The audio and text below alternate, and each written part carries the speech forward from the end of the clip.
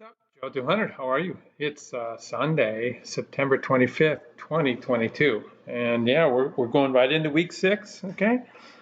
Hard to believe, we're past the third of the semester here. You guys are doing great.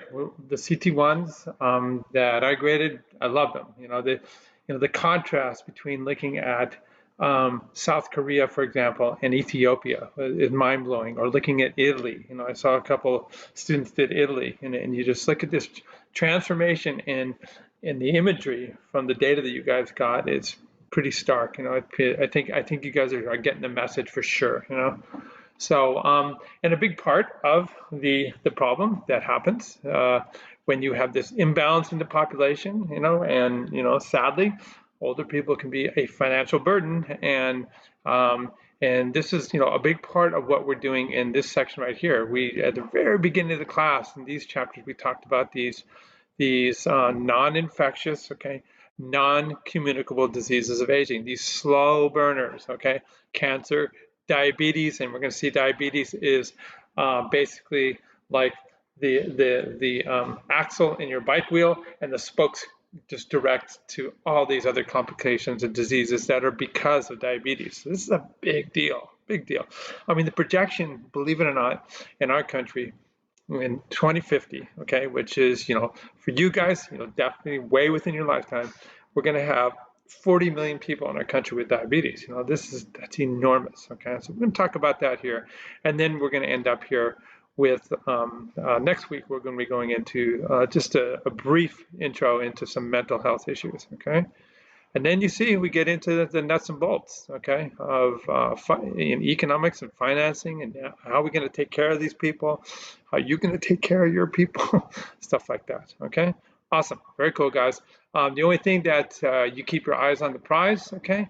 So the next little mission that's coming up here is October 16th through the 23rd. So you can choose any 2-hour period during that week to do the midterm, okay? It's a bunch of multiple choice questions, approximately 60 multiple choice questions. You can do it. And basically they are a reissuing of the quiz questions, okay? However, again, we pull from large pools, and so you may or may not see some of the same ones. All right, very cool. So let's go into diabetes and then the associated diseases, okay? Alrighty, so this is a cool slide deck. It was done in 2015, so we're right on we've been looking for something similar like this to be published by the American Diabetes Association.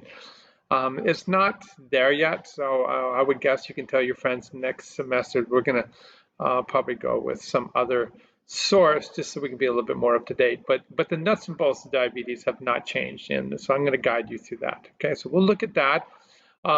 We'll look at, again, a publication by the World Health Organization, and basically every single number that we look here, since the time when these publications were made, can be doubled, which is kind of mind-blowing, okay? All right, we'll go through some of the risk factors for vascular disease, focusing on heart disease right here, as you can see, complications that come from that. And then these two videos are very straightforward, and it's just a real good way to familiarize yourself to what's going on with diabetes. First, this is the underlying mechanism for diabetes, and then this is a great video where John, who has type 2 diabetes, talks about all the complications in all his different areas of health. Okay, all right, and then I'll get down here and I'll do that review. All right, so that's what today is all about. Okay, and then connected to this is, we're going to talk a little bit about obesity, okay, and then we have a discussion about obesity and why we are where we are, okay, and then and I'll talk about that. You guys just did your CT1, looking at westernized / industrialized countries, people that are with modern countries, especially our country, super modern, and yet we have the highest obesity rate of any country in the world, okay? And we have suffer all the consequences. So there's a discussion about, in this little video, it kind of explains what's going on here. And then And then have you guys calculate your body mass index. And we talk about right here how the BMI is a really, really crappy index. Okay, and this is Patrick Mahomes and LeBron James is another example right here that just shows you that BMI is not the best index. Okay. All right, and then you go through here and you just kind of talk about what's going on here. All right, and you play around with some of these calculators. We start you with a calculator right here for the BMI. We ask you to go ahead and see how you rank with your BMI. Okay, this is this particular one is Social Security Administration where you can play around with it a little bit. Let's see, I'm trying to find the other one. Okay, that's down here a little bit further. This one right here is really fun. This is done by a group from Penn, and it looks at different aspects of obesity rating. All right, so that's what it's all about, my friends. All right, so let's go ahead and download the deck here. And I'm going to walk you right through it. Don't forget to open up your quiz, okay, guys? It's the best way to do it. Now, this seems like a long deck, but it's not going to be that long, okay? So this is just kind of diabetes 101, and we're going to separate it out in terms of mechanisms, consequences, and what we can do about it, okay? All righty. When we eat, okay, especially look at starches, potatoes, okay, tortillas, croissants, okay, the wheat and the rice and the potatoes, okay, it's basically long molecules of glucose, and you put it in your stomach, and your stomach has a bunch of scissors, enzymes that cut it up, and it enters into your blood as glucose, okay, and then it is the job of your body to take that glucose and store it away until you need it. Sometimes you can use it right away. This is like a dynamic. It's happening all the time, okay? All right, so we got to take this glucose. It is our major source of energy. It is our gasoline, okay? And we combine the glucose with oxygen to have our plant, okay, work, okay? So my Ferrari engine, that is my body, it operates from the energy I derive from burning glucose. Well, I'm going to also talk a little bit about fats, ketones. That's a whole different story, okay? Pretty complicated stuff. All right, cool. All right, so the way it works is when the glucose enters my bloodstream, I have a gland, okay? It's called the pancreas, okay?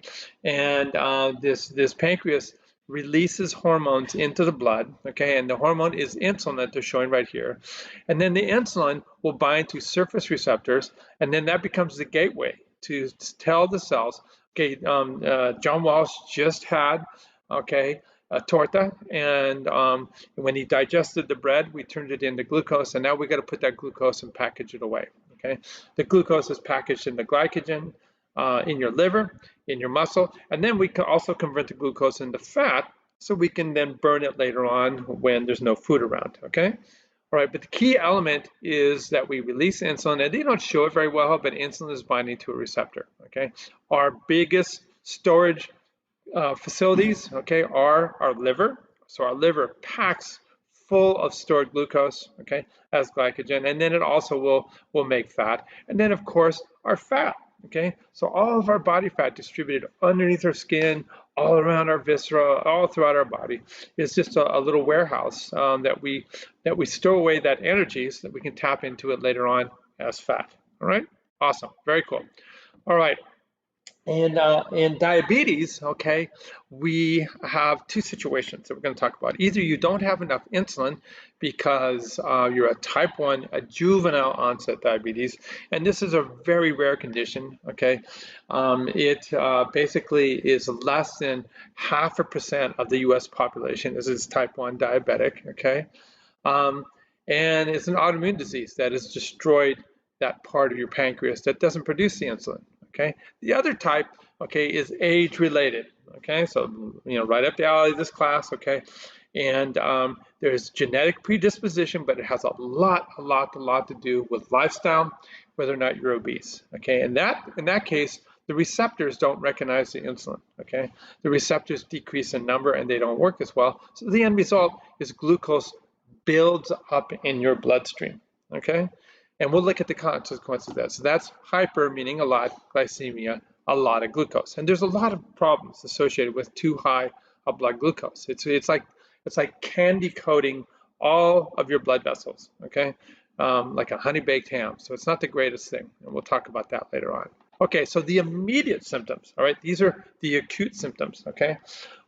When you do not put the glucose into your muscle cells, your fat cells, your liver, your brain, all throughout your body, when it can't get in, then that glucose runs into your kidneys. And if you've ever taken sugar and added it to water, you know how it just disappears in the water, okay? It's still in there, okay? But basically the glucose is surrounded by water molecules. So when the glucose goes into your kidneys, it takes the water with it, okay? And when you have high glucose, you have a high amount of water that goes into the kidneys, and you start peeing it all out. So you have a lot of urination, and because you're losing all your water because of this high blood glucose situation, you're really thirsty, okay? Alrighty, and then you can have this immediate blurry vision because you're not getting glucose into the eyes. You're tired because you're not getting glucose into any cell in your body, okay? Because you have this issue with either no insulin or the receptors are not recognizing insulin, okay? What then happens is we have kind of an acute shutting off of the immune system, right, by this high blood glucose. It also messes with the blood vessels so that you don't get the immune system delivered out to where wounds are, okay? So people have a lot of infections, okay? And this may seem counterintuitive, but if you cannot package away that glucose, the first thing that can happen is you have a really, really profound weight loss, okay? Because we need that glucose for our muscles to grow, for our bones to grow, for every cell in our body to grow, okay? And there can be severe nausea and vomiting from this as well. All right, cool. Now this right here is the serious long-term consequences, all right? So diabetes is one of those non-communicable, long-term chronic diseases of aging, okay? And because of what it's done to the blood vessels all throughout your body, I did this because I was looking at blindness, but every single blood vessel gets this candy coating, all right? And the immune system flips out, okay, because the candy coating is not what's supposed to be happening. So then you have major inflammation in all your blood vessels, and you get plaques, you get atherosclerosis, and then what happens is you don't get the essentials into the cells where the blood vessels go, like your eyes. So that's called diabetic retinopathy. And people go blind because the blood vessels don't work as well, okay? Kidney disease, okay? So my good friend, his wife lost her kidneys, okay? Because the kidneys, not only do they filter the blood, but they consume a lot of blood, okay? They need a lot of energy. So the kidneys die off, okay? You have what's called peripheral neuropathy or nerve damage, okay? And again, this is because the blood vessels are working so poorly because of the diabetes that that nerve cells don't get the nutrients they need, and then they begin to get damaged. If the blood vessels, and especially in the furthest, most distant region, okay, which I put it up here, my leg, my feet, okay, is as far away as possible from my heart. What happens is, since you're not getting the nutrients out there, you're not getting the immune system out there, and we already said the immune system's compromised, then what happens is you get nicks and cuts and infections, and they don't heal, and amputations happen. So people get distant necrosis, okay? The biggest blood vessels in our body go to our heart and to our brain, so heart attack and stroke are huge risk because of this underlying manageable condition called diabetes. And I want you to understand it is manageable. Type 1, again, the pancreas has been attacked by the immune system. There's a lot of theories on that. It could be viral infections, and it's really just kind of bad luck. Luckily it's fairly rare, but since you don't produce insulin, you are insulin dependent, which means you have to do insulin injections, okay? Type 2 diabetes, okay? Cells do not use the insulin. There are insulin resistance because the receptors are not working well. And the pancreas compensates, it makes a lot of insulin, and then because it has to work so hard, it will fail over time. And so late in life, type 2 diabetics also become insulin dependent. There's a lot of new medications out there that type 2 diabetics can take that make things better for their insulin receptors, okay? All righty, so again, if we look at type 1 diabetes, okay, and we look at diabetics, okay, so that population, only 1 in 20 people with diabetes have type 1, okay? Like I said, if we look across our entire population, it's less than 1% of the total population, okay?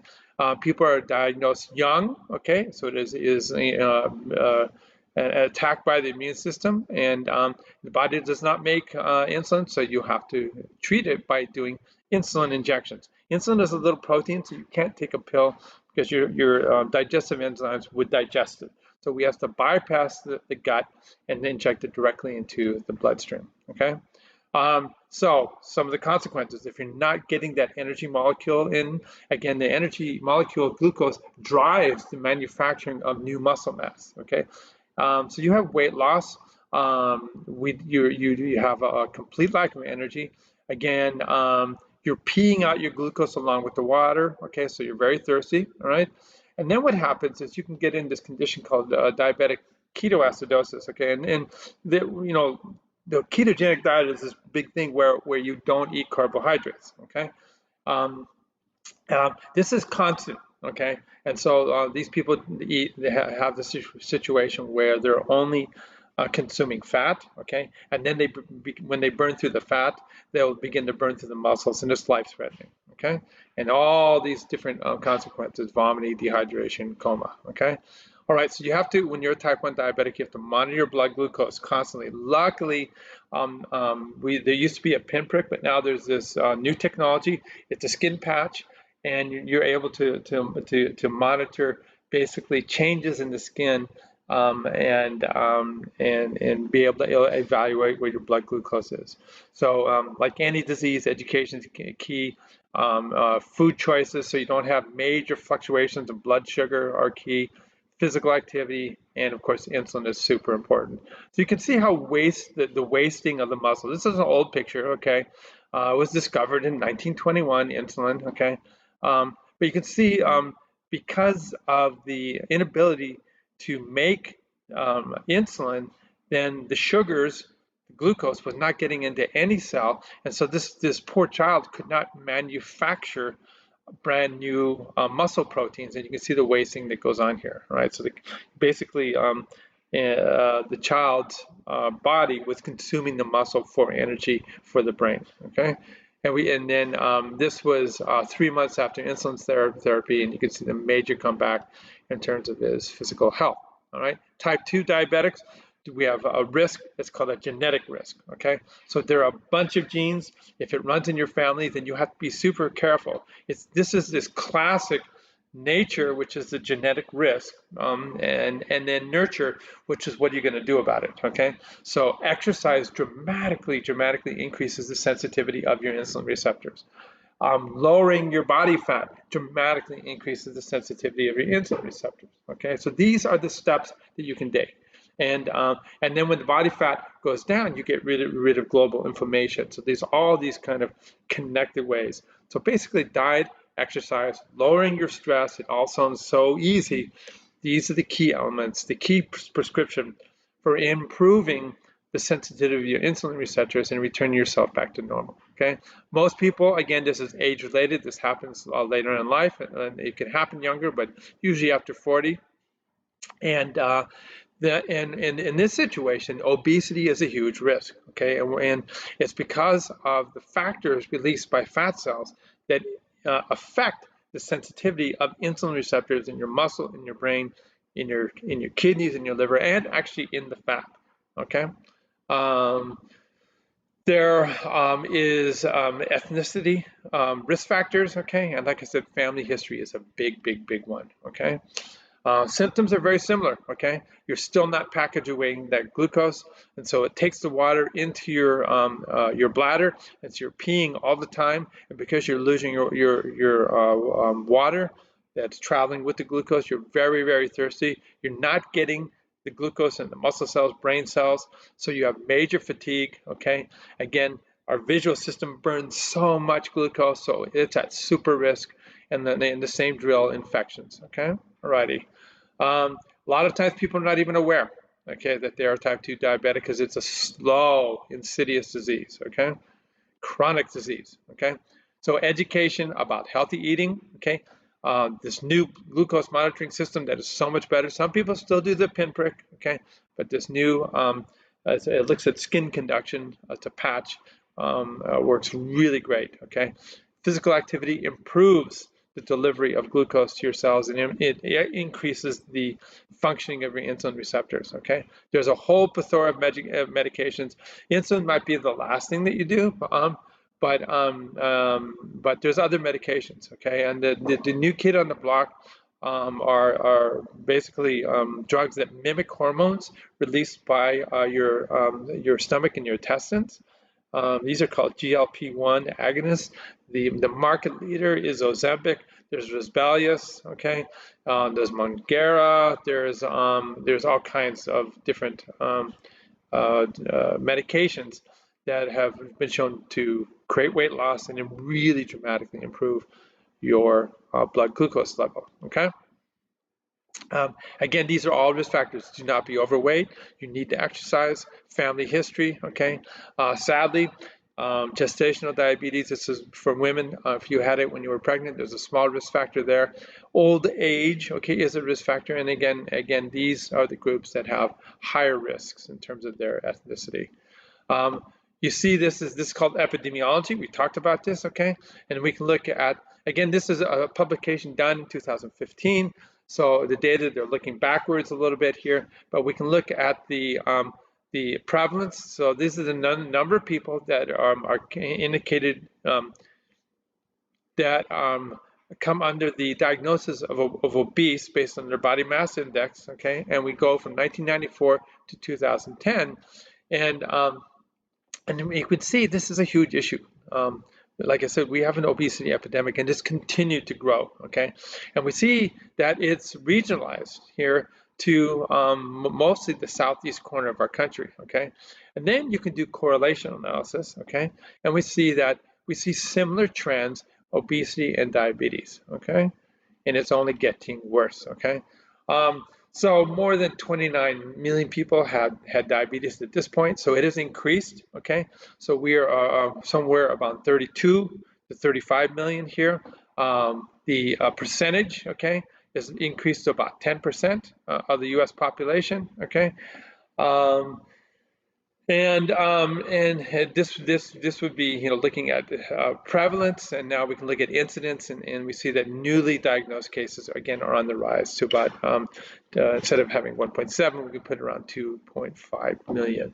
So it's a big deal. It's a big deal. It's a leading cause of blindness, okay, in adults, leading cause of kidney failure, people going on dialysis, okay, and subsequent needing kidney transplant. It's a leading cause of amputations, okay. It dramatically increases the risk of a heart attack and stroke. Anywhere blood vessels go get compromised by diabetes, okay? Dramatically increases the death rate, the mortality rate, okay? Huge burden, okay? So this was done in 2015, so we could probably double this, okay? So we're looking, instead of 245 billion, we can look at about $500 billion costs, okay? This is the direct healthcare costs, okay, attributed to diabetes, but there's also caregiving costs, and we're going to talk about that, okay?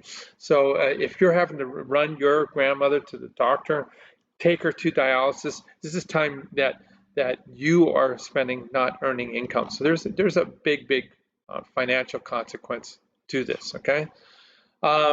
1 in 3 American adults, okay, are pre-diabetes. We can make this to instead of 86 million to about 120 million now, and you can see it's a big deal. Okay, it has to do with the first way to monitor is our blood glucose levels.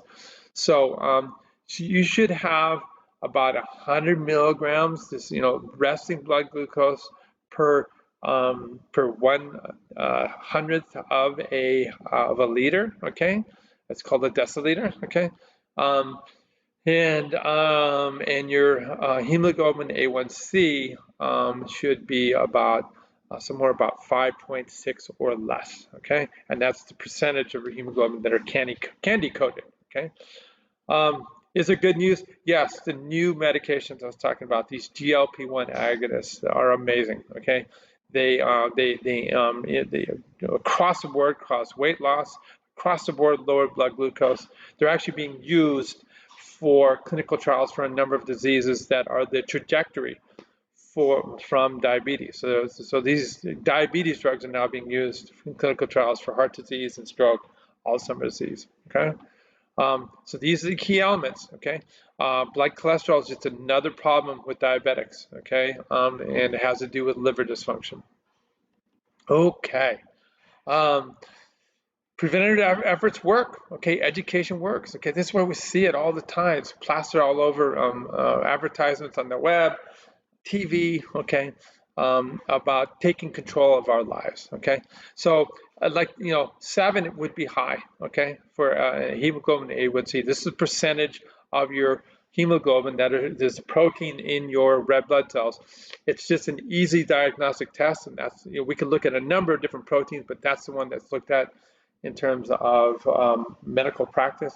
And like I said, you should have below 5.6% of your hemoglobin should have candy attached to it. Okay, when glucose is attached to the hemoglobin, that's it.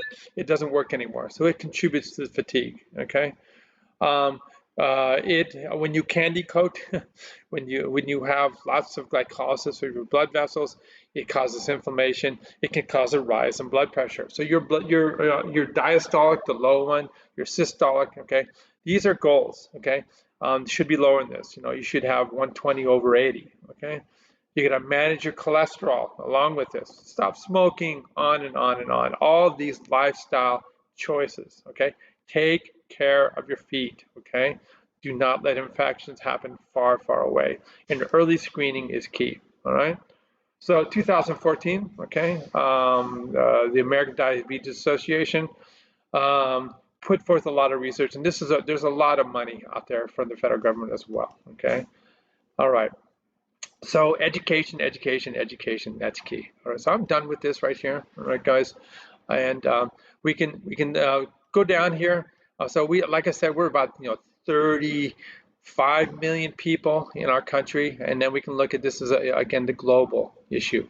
And again, we're looking for a new report by the World Health Organization, and this one was published about the same time as the American Diabetes Association. It characterizes type 1 autoimmune, type 2, okay? How significant was the problem? Again, looking backwards, it says right here, 220 million people worldwide, okay? If I just looked it up, right now we're at about 550 million people worldwide that have diabetes. That's an enormous burden, okay? And that's going to double from this point to this point, okay, from diabetes, all right? And we see that while we have the obesity epidemic and we have a high level of diabetes, we have interventions that lower income and middle income countries don't have. So they don't have the health care, the doctors and the hospitalizations that we have. All right, diabetic retinopathy, it's eye disease, kidney disease, okay? Blood flow consequences that cause limb amputations. I'm just reiterating what I was talking about right here, okay? The economic implications are enormous. If you can just control diabetes, there would be so much savings. So much of our tax dollars go into Medicare for treating diabetes and diabetes-related conditions, okay? So again, you just gotta be active, eat well, okay? Don't smoke cigarettes, okay? Control your diabetes, okay? And they said they go through all these different strategies right in here. All right, so we gave a couple of just images here that talk about some of the consequences. So we're looking at heart disease, okay? This is where your heart muscles die off because the blood vessels don't work so well. Why are the blood vessels not working so well? It's because of what diabetes has done to the inner lining of the blood vessels, okay? They're candy coated, okay? It's called glycosylation. They're inflamed, okay? And this is a perfect storm for the cholesterol-laden plaques to develop, okay? Twice as more men compared to diabetics have heart disease, 4 times as much in women. And this has a lot to do with what happens to women when they go through menopause, okay? Um, we see here, like I said, it's gone up. 1 in 10 people in our country are suffering from diabetes and heart disease. And we see that anywhere there's a blood vessel, you see all these linked problems: stroke, heart attack, okay, peripheral artery disease that causes limb loss, okay. What is it linked to? If you have high blood pressure, lack of activity, obesity. These are all factors that we can control. These are what you need to do, the ABCs, okay? Lower your A1C, okay? That's your goal. Lower your blood pressure and lower your cholesterol. How are you going to do this? You're going to be more active. You're going to take the medications that you need. Hopefully you can lower them by eating more veggies and fruits and being active. Stop smoking, okay? Awesome. Okay, so we see that the likelihood of an American developing diabetes in their lifetime, 2 out of 5, which is mind-boggling. And then this just shows you how many people go blind from diabetes, okay? Which is, in 2050, the anticipation is close to 15 million people will be blind because of diabetes. This shows you how insulin works, how when you consume glucose, okay, like I said, you have a tortilla, okay, the starch is digested in the glucose, it goes in the blood. The pancreas right here releases insulin, it binds to insulin receptors, okay, and then this causes an opening of these little gates right here, these channels where the glucose gets stored, okay. So it explains everything what's going on there and how the insensitivity happens. John talks about his complications, and here is the laundry list down here of the complications, okay. All right, so again, this talks about insulin resistance. So basically, guys, you know what? If we keep saying the mechanisms enough, okay, then you'll understand, okay? So insulin resistant cell does not respond to insulin. And we see up here in this video why that is, okay? All right, the complications that happen, we see anywhere a blood vessel goes, okay? Stroke, mini strokes, Alzheimer's disease is called type 3 diabetes now, okay? Heart disease, okay, because the blood vessels are not working and the heart muscle dies off. Far, far away, the furthest away blood vessels in my feet, they don't work well. The tissue doesn't get what it needs. The immune system doesn't fight off infection, and you get peripheral vascular disease that can lead to amputations. Neuropathy as well, kidney disease, and like I said, blindness from your retina dying. They're called retinopathy. Now, this is this whole inflammatory cascade, and it may seem complicated, but just read through it, okay? Diabetes causes inflammation, all right? It's because your immune system doesn't know what to do about all that glucose that is attached to proteins in the blood. So it reacts like that's a virus, okay? And so this elevated inflammation, okay, along with, okay, obesity, okay, that can be a cause of diabetes, causes all these inflammatory signals that we see right here. So you have high levels of burning of fat right here, okay? And then the fat doesn't get used. We have high levels of these inflammatory signals from your immune system cells, okay, the little purple guys right here, okay? And in the end, it causes the insensitivity, so your muscle does not take up the glucose, okay? Your body says, hey, you know what, where's the glucose? So in turn, the liver starts putting out even more glucose, which is, you don't need it. You have tons of blood glucose, and it's a downward spiral. Now, we talk about this in here because who was at risk, okay, for dying from COVID-19? Who was at risk for hospitalization during this COVID pandemic, okay? It was people that were obese, people that had diabetes, okay? And it was because of the inflammation, okay? And what happened was the SARS-CoV-2 virus, okay, it bound to this special receptor that it was a receptor that our body uses to reduce inflammation, but it took it out. So all we had were the bad pro-inflammatory signals that exist, and it put everything out of whack. And so people from the inflammation were basically had super inflammation in their lungs and were drowning in their fluids. Okay, awesome. This is a cool video as to why we have this obesity epidemic that leads to diabetes, okay? And it just talks about we are who we are, okay?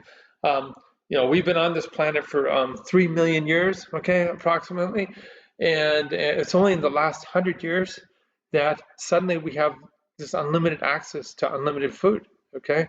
And our very primitive ancestral brain still tells us when we see food, we better eat it all because we may go for 3 or 4 days walking the tundra looking for our next meal. So you basically feast, and then we would fast. We had no choice but to fast until we found more food. This is our ancestors, guys. But now we have Ralphs, okay? And we have Albertsons, and we have restaurants everywhere. So now we have to self-regulate our calories, and it's not in our genetics, okay? And this is why we have the problems that we have, okay? We also used to, like I said, we would have to work hard to find our food, very purposeful exercise. Now I'm sitting at my computer all day long, okay? So I'm eating, I'm not working. It's the perfect recipe for me to develop insulin resistance, especially if I have a genetic predisposition, okay? All right, so we want you to look into your BMI. Here's Patrick Mahomes. I used to have a picture of LeBron here, but it disappeared. That's okay. And so we talk a little bit about LeBron.